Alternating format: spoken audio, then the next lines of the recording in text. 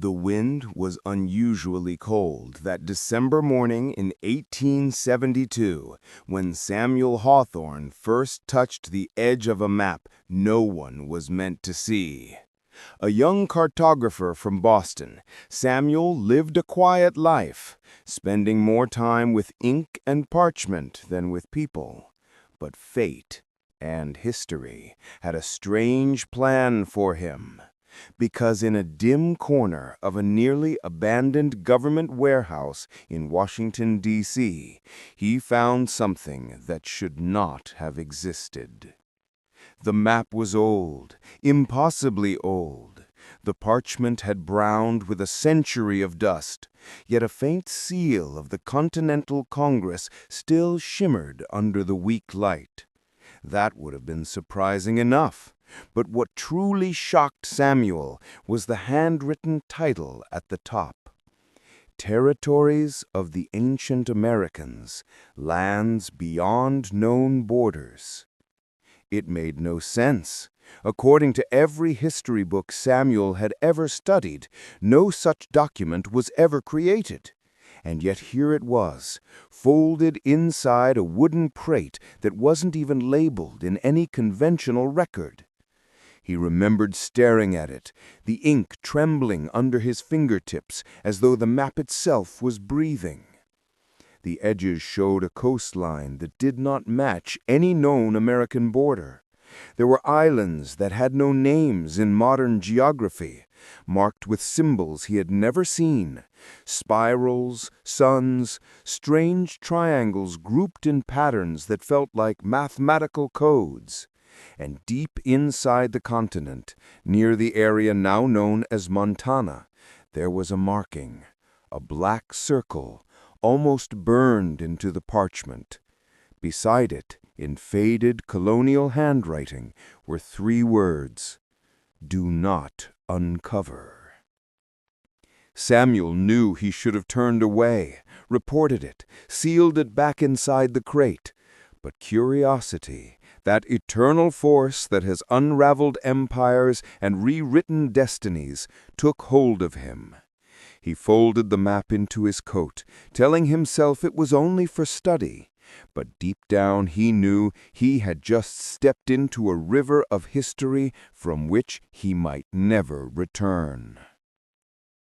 That night, as he walked through snowy streets toward his small boarding room, he heard footsteps behind him, slow, heavy, persistent.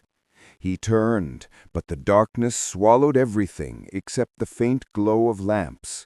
Washington was often eerie at night, but this felt different, as though someone watched not him, but the map hidden under his coat. When he reached his room, he lit the oil lamp, unrolled the parchment again, and stared. For the first time, he noticed something new. Under the black circle, barely visible, was a second layer of ink, older and written in a language that looked vaguely familiar. Native American, perhaps? He wasn't sure. It curved like wind brushing across sand dunes. Sleep did not come easily. Each time he closed his eyes, Samuel saw flashes, enormous stone structures buried under rivers, forgotten cities glowing beneath forests, shadowy figures moving across mountains long before recorded American history began. He told himself it was just imagination stirred by discovery, yet a quiet voice whispered that maybe, just maybe, the map was showing him memories older than the nation itself. By morning, he had made up his mind. He would follow the map. He didn't know who would try to stop him. He didn't know how dangerous it was. But Samuel Hawthorne had the heart of every explorer who came before him, reckless, determined, and hungry for truth. With a small suitcase, his ink tools, and the ancient map safely tucked inside a leather tube, he boarded a train heading west.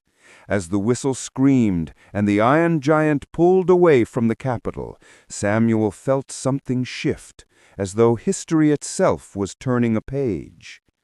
Unbeknownst to him, two men in black coats boarded the train through the rear car, carrying an old photograph of Samuel and a file stamped with the same order written on the map: "Do not uncover."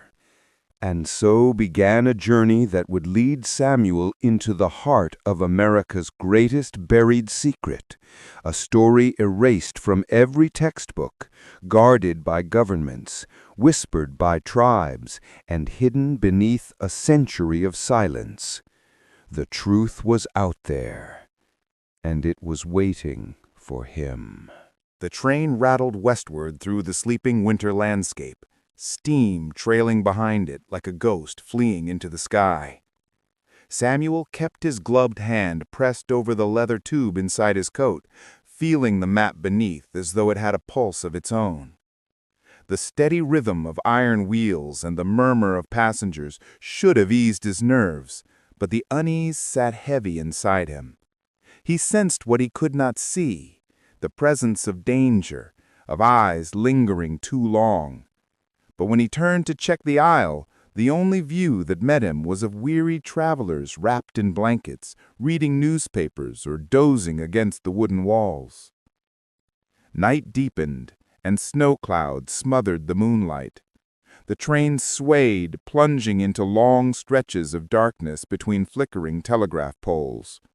Samuel tried to focus on the map in his mind, recalling every strange mark and symbol: the spirals, the sun shapes, the impossible coastlines, the black circle scorched into Montana territory. Do not uncover. The words refused to leave him. He wondered who wrote them, and when, and why. He didn't know that at the far end of the train, the two men in black coats had already begun searching for him. The first man, tall and narrow-faced, scanned the rows of seats with the cold precision of a hawk. The second, broader and silent, carried a leather case marked only with an embossed star, a government seal, but not one Samuel had ever seen before. They whispered to the conductor, showed a paper with Samuel's name and a stern handwritten note that made the conductor's face tighten with fear.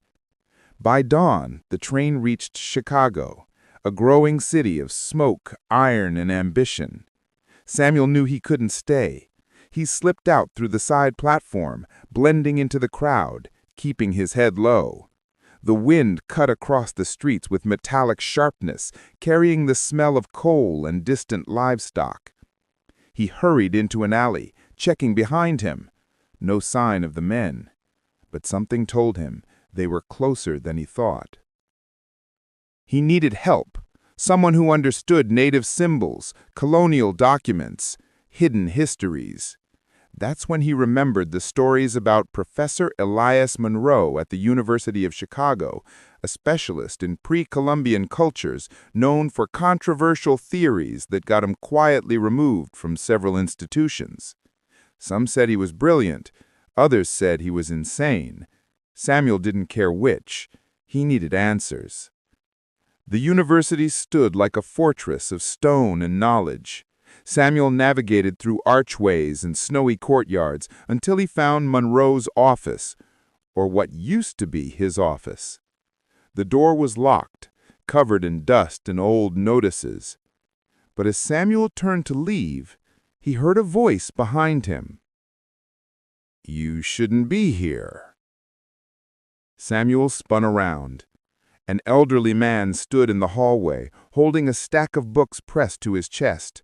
His glasses were crooked, his gray hair wild, his eyes sharp with suspicion and something else, maybe fear. "Are you Professor Monroe?" Samuel asked, breathless. "It depends. Who is asking?" Samuel hesitated. Then he reached into his coat and pulled out the leather tube. The professor's expression changed instantly. Terror flickered across his face. "Where did you get that?" Monroe whispered. A government warehouse in Washington. I think it's a map." Monroe stepped closer, lowering his voice. "Young man, if that is what I think it is, you have endangered not only yourself, but anyone who stands near you. Come in quickly." He unlocked the dusty office door and ushered Samuel inside, bolting it shut behind them. The room smelled of old parchment and forgotten ideas. Stacks of papers leaned like fragile towers. Strange artifacts sat on shelves, stone carvings, fragments of pottery, tools from civilizations older than memory. Samuel unrolled the map on the table. Professor Monroe froze. For a long moment he said nothing. His trembling hand hovered over the parchment, careful not to touch. When he finally spoke, his voice was barely audible. "My God! I thought this was destroyed. You've seen this before?" "No," Monroe murmured, "but I've seen references to it.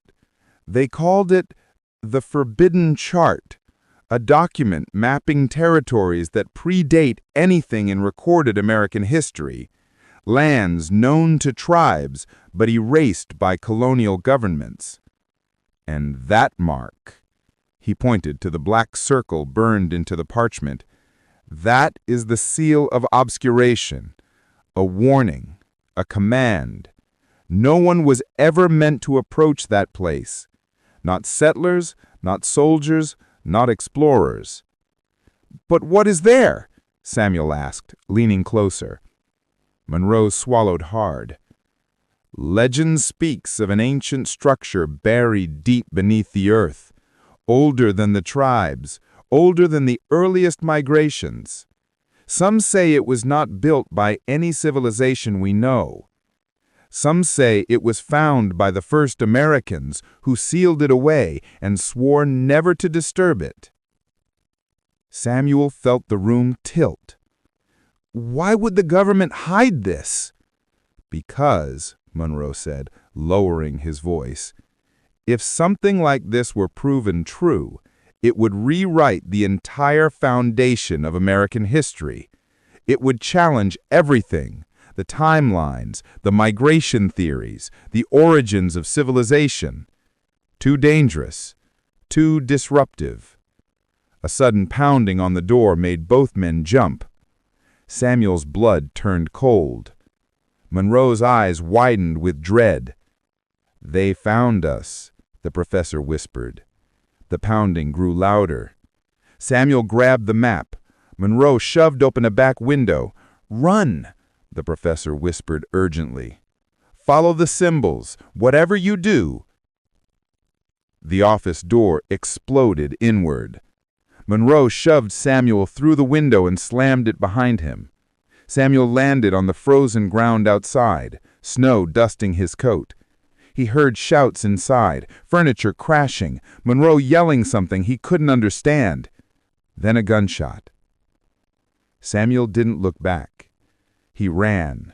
The map clutched against his chest, the winter wind howling around him as though the entire continent had awakened. The truth was no longer waiting for him. The truth was chasing him.